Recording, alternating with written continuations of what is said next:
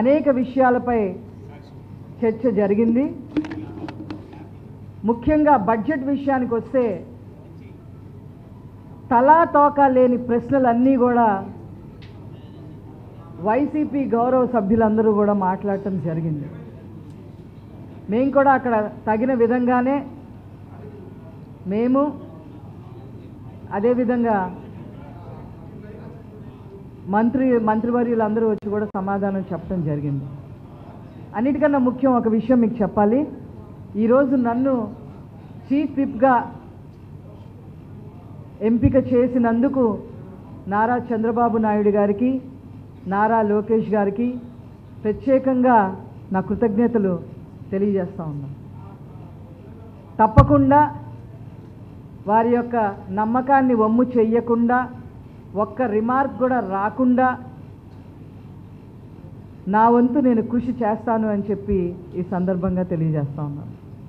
ఇకపోతే బడ్జెట్ విషయానికి వస్తే 10 లక్షల కోట్లు వైసీపీ ప్రభుత్వం 10 లక్షల కోట్ల పైన అప్పులు చేశారు అనేది సాక్షాత్తు ముఖ్యమంత్రి గారైన నారా చంద్రబాబు నాయుడు గారు వైట్ పేపర్ రిలీజ్ చేయడం జరిగింది. ఆ వైట్ పేపర్ మీద ఏనాడు కామెంట్ చేయని ఈ వైసీపీ సభ్యులు ఈరోజు సభలో మాత్రం గందరగోళాన్ని సృష్టించాలి అనే ఒక నిర్ణయం తీసుకొని సృష్టించడానికి ప్రయత్నం చేయటం చాలా దురదృష్టకరం. అదేవిధంగా మాట్లాడితే మీరు సూపర్ 6 ఫుల్ఫిల్ చేయలేకపోతున్నారు అని చెప్పి ప్రశ్నల మీద ప్రశ్నలు వేయటం, ఇప్పుడు వచ్చి ప్రెస్ మీట్లు పెట్టడం, ఇవన్నీ కూడా చూస్తూ ఉన్నారు. కానీ వాళ్ళు తెలుసుకోవాల్సింది ఏంటి అంటే, మా ప్రభుత్వం బటన్ నొక్కి డబ్బులు వేయకుండా, ప్రజల అకౌంట్లో డబ్బులు వేయకుండా మోసం చేసే ప్రభుత్వం మా ప్రభుత్వం కాదు అనేది వాళ్ళు తెలుసుకోవాలి. ఎలక్షన్ ముందు కూడా పెన్షన్ బకాయిలు పెట్టారన్న విషయం మీకు గుర్తులేదా అని చెప్పి ఈ సందర్భంగా నేను అడుగుతా ఉన్నా. ఆ బకాయిలతో కలిపి గెలిచిన వెంటనే వచ్చిన మంత్లో 4,000 ఇవ్వాల్సిన పెన్షన్ని 7,000 ఇవ్వటం జరిగింది. అది వాస్తవము, అది అందరూ కూడా చూశారు. కానీ మీరు మాత్రం కళ్ళుండి చూడలేకపోతున్నారా అని చెప్పి వైసీపీ నాయకుల్ని నేను అడగదలుచుకున్నా. అదేవిధంగా ఈ బడ్జెట్ గురించి వాళ్ళు విపరీతంగా కామెంట్ చేస్తూ ఉన్నారు. నేను ఒకటే చెప్తున్నా, అందులో కొంతమంది సభ్యులకి ఈ బడ్జెట్ సంవత్సరానికి సంబంధించింది కాదు, కేవలం 4 నెలల వరకే ఈ బడ్జెట్ అక్కడికి వస్తుందనే విషయం వాళ్ళకి స్పష్టం చేస్తూ ఉన్నాం. ఆల్రెడీ దీపం పథకం 2 ఇవ్వటం జరిగింది, పెన్షన్స్ ఇవ్వటం జరుగుతుంది, మిగతా కార్యక్రమాలన్నీ కూడా 1 by 1 చేసుకుంటూ వస్తూ ఉన్నాం. అది గమనించకుండా వాళ్ళు ఇష్టం వచ్చినట్టుగా మాట్లాడుతూ ఉన్నారు. మీరు 10 లక్షల కోట్ల పైన అప్పులు చేసినప్పటికీ కూడా ఈరోజు ముఖ్యమంత్రి గారు నారా చంద్రబాబు నాయుడు గారు, అదేవిధంగా ఆర్థిక శాఖ మంత్రులు కేశవన్న గారు బడ్జెట్లో ప్రజలకు ఏది అవసరమో, ఏం చేస్తే సంపద సృష్టించవచ్చో, ఏ చేస్తే సంక్షేమాన్ని ముందుకు తీసుకెళ్ళొచ్చో, ఏం చేస్తే ఆంధ్ర రాష్ట్రాన్ని అభివృద్ధి పదంలోకి తీసుకెళ్ళొచ్చో ఆ రకంగా బడ్జెట్ తయారు చేశారు అనేది వాస్తవం. అందులో మచ్చుకి కొన్ని నేను చెప్తాను. ఆరోగ్యమే మహాభాగ్యం అన్నారు. అలాంటి ఆరోగ్య రంగానికి ఈ ప్రభుత్వంలో, మా ప్రభుత్వంలో 18,421 కోట్లు కేటాయిస్తే గత ప్రభుత్వం కేవలం 16,207 కోట్లకు మాత్రమే కేటాయించి అవి కూడా ఖర్చు పెట్టని పరిస్థితి ఉంది. ఆ విషయం వైసీపీ గమనించాలి అని చెప్పి ఈ సందర్భంగా తెలియజేస్తా ఉన్నాం. అదేవిధంగా పట్టణాభివృద్ధి, ఎప్పుడైతే ఒక నగరం అభివృద్ధి చెందుతుందో అది ఎంప్లాయ్మెంట్ పెరుగుతుంది, యువతకి ఉద్యోగాలు వచ్చే అవకాశం ఉంటుంది. అలాంటి పట్టణాభివృద్ధికి మా ప్రభుత్వం 11,490 కోట్లు కేటాయిస్తే వాళ్ళు కేవలం 8,996 కోట్లు మాత్రమే కేటాయించి అవి కూడా డబ్బులు లేవు అని చెప్పి ఎగనామ పెట్టే పరిస్థితి ఆనాడు వైసీపీ ప్రభుత్వం చేసింది. అదేవిధంగా ప్రతి ఒక్కరికి కూడా కంటి నిండా కునుకు పట్టాలన్నా, ఇంట్లో ఆడపిల్లలు మరి బయటికి వచ్చిన వాళ్ళు ఇంట్లోకి రావాలన్నా, సురక్షితంగా రావాలన్నా లా అండ్ ఆర్డర్ పోలీస్ వ్యవస్థ ఎంతో ముఖ్యమైనది.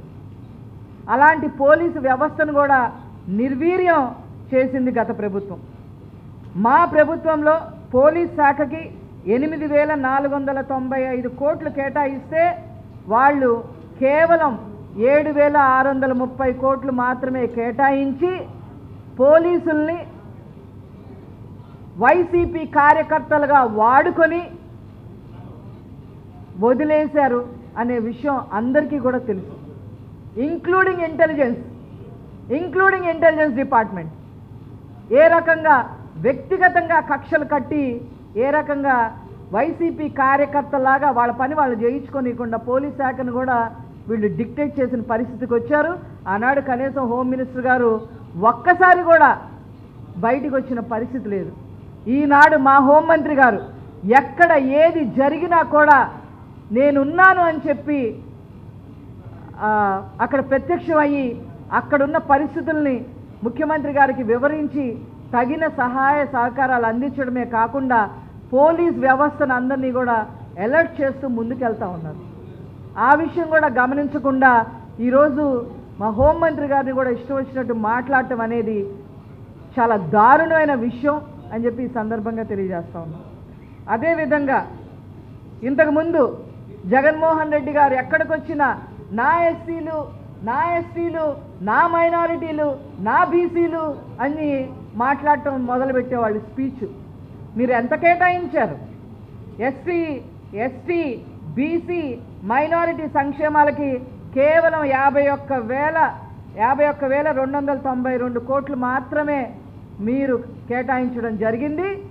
ఎందుకు కేటాయించారో కూడా మాకు అర్థం కాని పరిస్థితి. ఎందుకంటే 2014, 2019లో ఏవైతే నారా చంద్రబాబు నాయుడు గారు బడుగు బలహీన వర్గాల కోసం ఏవైతే 120 పథకాలు ప్రవేశపెట్టి అమలు చేశారో అవన్నీ రద్దు చేసేశారు. ఎలక్షన్ వస్తుంది కాబట్టి ఆ 51,000 కోట్లు అయినా కేటాయించారు, కానీ ఖర్చు పెట్టలేదు. కానీ మా ప్రభుత్వం ఒక ముళ్ళ కిరీటాన్ని నిజంగా ఈరోజు ముఖ్యమంత్రి గారు జగన్మోహన్ రెడ్డి గారు చేసిన తిక్క పనులకి ముళ్ళ కిరీటాన్ని మోస్తున్నారు చెప్పాలంటే. ఆ ముళ్ళ కిరీటాన్ని మోస్తూనే సంక్షేమం అనేది ఆగకూడదు, బడుగు బలహీన వర్గాల సంక్షేమమే ప్రభుత్వం యొక్క సంక్షేమం అని నమ్మి 69,437 కోట్లు కేటాయించడం జరిగింది. అదేవిధంగా రైతులకి కులవంటగట్టిన పార్టీ వైసీపీ పార్టీ. ఏ రోజు ఇరిగేషన్ ప్రాజెక్ట్స్ కూడా పట్టించుకోలేని పరిస్థితి. వాళ్ళు ఇరిగేషన్ ప్రాజెక్ట్స్ కోసం ఆనాడు కేవలం 9,941 కేటాయిస్తే మా ప్రభుత్వం 11,855 కోట్లు కేటాయించింది. ఇందులో మళ్ళీ పోలవరం లేదండి. ఆనాడు వైసీపీ ప్రభుత్వంలో 2 ఇరిగేషన్ మంత్రులుగా పనిచేశారు. ఇద్దరూ కూడా అసెంబ్లీలో కానీ బయట కానీ ఆ 2 మంత్రులు భాష కూడా ప్రజలు హర్షించలేని విధంగా ఉండేది. ఒకళ్ళేమో రౌడీ షీటర్గా మాట్లాడేవాళ్ళు, ఇంకో వాళ్ళకేమో డాన్సులు వేయడం తప్ప ఇంకోటి చేత కాదు. అలాంటి వాళ్ళు 2021-22లో పూర్తి చేస్తాం, చూసుకోండి, కాసుకోండి అని అన్నారు. తర్వాత 22 నుంచి 23 వరకు మేము పూర్తి చేసేస్తున్నాం, చూసుకోండి, కాసుకోండి అన్నారు. ఏమీ చెయ్యకపోగా నారా చంద్రబాబు నాయుడు గారు 2014-2019లో 72% పోలవరం ప్రాజెక్ట్ని పూర్తి చేస్తే దాన్ని మళ్ళీ మొదటికి తీసుకొచ్చారు. రివైజ్డ్ ఎస్టిమేట్లు అని చెప్పి ఉన్న కాంట్రాక్టర్ని మార్చేసి జ్యుడిషియరీ ఎంక్వైరీలు అని చెప్పి అదని చెప్పి ఇదని చెప్పి 26 మంది ఎంపీలు కేంద్ర ప్రభుత్వంలో ఆనాడు వాళ్ళకి ఉన్నా కూడా కనీసం ఆర్ఆర్ ప్యాకేజ్ గురించి కూడా మాట్లాడకుండా కేవలం బెయిల్ రద్దు అవ్వకుండా ఉండటానికి మాత్రం బెయిల్ వాళ్ళ దానిలో విజయసాయి రెడ్డి గారు ఉన్నారు, జగన్మోహన్, వాళ్ళ బెయిల్ రద్దు కాకుండా ఉండటం కోసమే కేంద్ర ప్రభుత్వాన్ని మెయింటైన్ చేశారే తప్ప ఇంకా ఏ మాత్రం కూడా పోలవరం కానీ అక్కడున్న నివాసితులు యొక్క పరిస్థితులు కానీ ఆనాడు ఏ రోజు పట్టించుకోలే. ఈరోజు నారా చంద్రబాబు నాయుడు గారు అనేక మార్లు ఢిల్లీ తిరిగి ఈరోజు పోలవరానికి కూడా నిధులు తీసుకొచ్చే పరిస్థితి మనం చూస్తూ ఉన్నాం. ఆనాడు మీరు సంపద సృష్టించలేదు అనేది వాస్తవం. కనీసం రాజధానిని కూడా మీరు 3 రాజధాని పేరుతో రాజధాని కూడా లేకుండా చేశారు. ఇవన్నీ ఒక దుర్మార్గమైన పాలన ఆనాడు చేసి ఈరోజు బడ్జెట్ మీద అవాకులు చవాకులు పేలితే ఇక్కడ ఊరుకునే వాళ్ళు ఎవరు లేరు, ప్రజలు గమనిస్తున్నారు అని చెప్పి ఈ సందర్భంగా తెలియజేస్తున్నాను. ఇంత మాట్లాడుతున్నారు కదా వైసీపీ వాళ్ళు. ఈ రాష్ట్ర మహిళగా నేను వాళ్ళని ఒకే విషయం వాళ్ళని అడుగుతున్నాను. ఈ బడ్జెట్ సందర్భంగా వాళ్ళు ఖచ్చితంగా దానికి సమాధానం చెప్పాలి. బాధ్యతాయుతమైన ప్రతిపక్షంలో మీరుంటే, ప్రజల కోసం మీరు నిజంగా ఆలోచించే విధానం మీలో ఉంటే, ఒక రాష్ట్రంలో ఒక మహిళగా ఒక ఓటర్గా నేను వాళ్ళని అడుగుతున్నాను, దానికి సమాధానం చెప్పాలి. ప్యాలెస్లో పెన్ను పేపర్ల కోసం 9.84 కోట్లు, ప్యాలెస్కి ఐరన్ ఫెన్సింగ్ కోసం 12.85 కోట్లు, సచివాలయం రంగులు వేసి తొలగించినందుకు 3,000 కోట్లు, సర్వే రాళ్ల మీద జగన్ ఫోటోలు వేసేందుకు 700 కోట్లు, ఋషికొండపై విలాసవంతమైన భవన నిర్మాణం కోసం 600 కోట్లు, ప్రకటనల పేరుతో సాక్షికి దోచిపెట్టింది 500 కోట్లు, పట్టాదారు పాస్ పుస్తకాలపై జగన్ గారి ఫోటోల కోసం 13 కోట్లు, ప్యాలెస్లో ప్రభుత్వ ఖర్చుల కోసం 15.25 కోట్లు, ప్యాలెస్లో ఎగ్ పఫ్లు తినడం కోసం ఆయన ఖర్చు 3.62 కోట్లు, మద్యం షాపుల్లో ఎలుకలు పట్టడం కోసం ఖర్చు 1.36 కోట్లు, ప్యాలెస్ వద్ద 986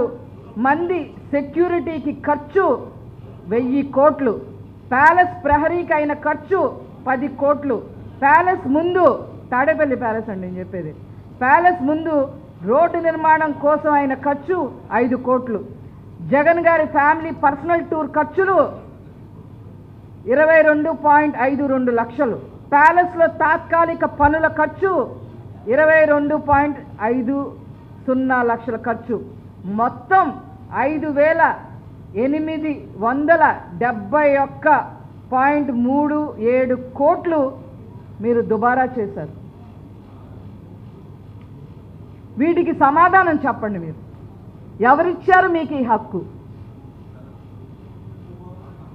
ఇన్ని 5,000 కోట్ల పైన ప్రజలు పన్నుల రూపంలో కట్టిన సొమ్ముని దోచేసి ₹1 సంపద సృష్టించకుండా 10 లక్షల కోట్ల పైన అప్పులు చేసి ఒక్కొక్క ఇంటికి 8 లక్షల పైన భారం మోపి 120 పైన సంక్షేమ పథకాలు బడుగు బలహీన వర్గాలకి సంబంధించిన పథకాలని రద్దు చేసి, మద్యం మాఫియా చేసి, శాండ్ మాఫియా చేసి, రాజధాని కట్టకుండా, పోలవరం పూర్తి చేయకుండా, మీరు ఇస్తానన్న జాబ్ క్యాలెండర్ 2.5 లక్షలు ఎక్కడ పోయిందో కూడా తెలియకుండా రాజకీయాలు చేసి, కక్ష రాజకీయాలు చేసి, తెలుగుదేశం పార్టీ కార్యకర్తలందరినీ జైలు పాలు చేసి, మా తెలుగుదేశం పార్టీ మంత్రులుగా చేసిన వాళ్ళందరినీ జైళ్లకు పంపి కక్ష రాజకీయాలు చేశారే తప్ప ఏనాడన్నా ప్రజల గురించి ఆలోచించారా అని చెప్పి ఈ సందర్భంగా అడుగుతున్నాం. వీటికి సమాధానం చెప్పండి. ఆ తర్వాత కౌన్సిల్కి వచ్చి సమాధానం చెప్పండి. ప్రతి దానికి మా దగ్గర సమాధానం ఉంది. మీరు అడిగే ప్రతి దానికి మా దగ్గర సమాధానం ఉంది. 7 వైట్ పేపర్లు రిలీజ్ చేశారు ముఖ్యమంత్రి గారు. దాని మీద ఏ రోజు స్పందించలా, ఏ రోజు మాట్లాడలా. కానీ ఏమంటున్నారు ఇప్పుడు? మీ అందరి సంగతి తేలుస్తాము, సప్త సముద్రాల దూరంలో ఉన్నా కూడా మిమ్మల్ని లాక్కొస్తాము. ఈరోజు నేను మళ్ళీ చెప్తున్నా, నీతికి, నిజాయితీకి, ధర్మానికి, న్యాయానికి, నిబద్ధతకి, విశ్వసనీయతకి, రాజ్యాంగబద్ధంగా నడుచుకోవటానికి, ప్రజాస్వామ్యాన్ని కాపాడటానికి, ప్రజల అభివృద్ధిని బాధ్యతగా, అభివృద్ధి విషయంలో బాధ్యతగా వ్యవహరించడానికి పేటెంట్ రైట్ ఒక్క తెలుగుదేశం పార్టీ, నారా చంద్రబాబు నాయుడు గారు అనే విషయాన్ని వైసీపీ నాయకులు గుర్తు పెట్టుకోవాలి అని చెప్పి ఈ సందర్భంగా తెలియజేస్తూ, నాకు ఈ అవకాశం ఇచ్చిన మీ అందరికీ కూడా కృతజ్ఞతలు తెలియజేస్తూ సెలవు తీసుకుంటాను.